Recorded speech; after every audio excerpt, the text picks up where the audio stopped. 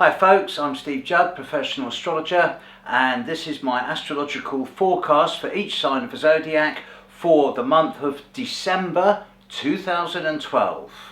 Brought to you by asktheanswer.com, the UK's leading phone line for psychics, medium and channelers. Enjoy.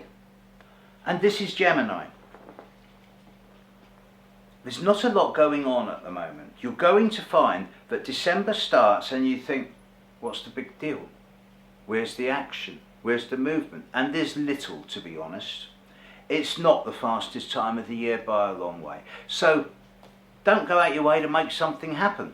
The first 2 weeks of December particularly are times where perhaps it is a good idea for you to take a back seat, to step below the radar screen voluntarily and willingly just for a couple of weeks, and whilst you're down there and nobody's noticing you, lower your shields a little bit and use the energy used in maintaining your shields to recharge, because as you get into the middle of the month you're going to find that the pace of life begins to pick up again. You're going to find that the acceleration principle kicks in, and the interactions at the one-to-one level become much more, not so much profound or meaningful, but interesting, active and dynamic. So second half of December onwards, you're going to be going faster and faster. Now you have to ask yourself, what have you learned in 2012? And particularly those of you born before June the 6th, what have you learned in the last 3 months while Jupiter's been in your sign?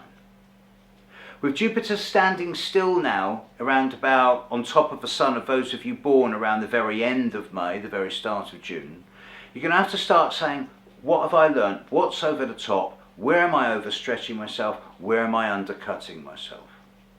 And in December you can start to get answers, permanent answers to those questions. So as far as December 2012 goes, Gemini, have a quiet but discerning month.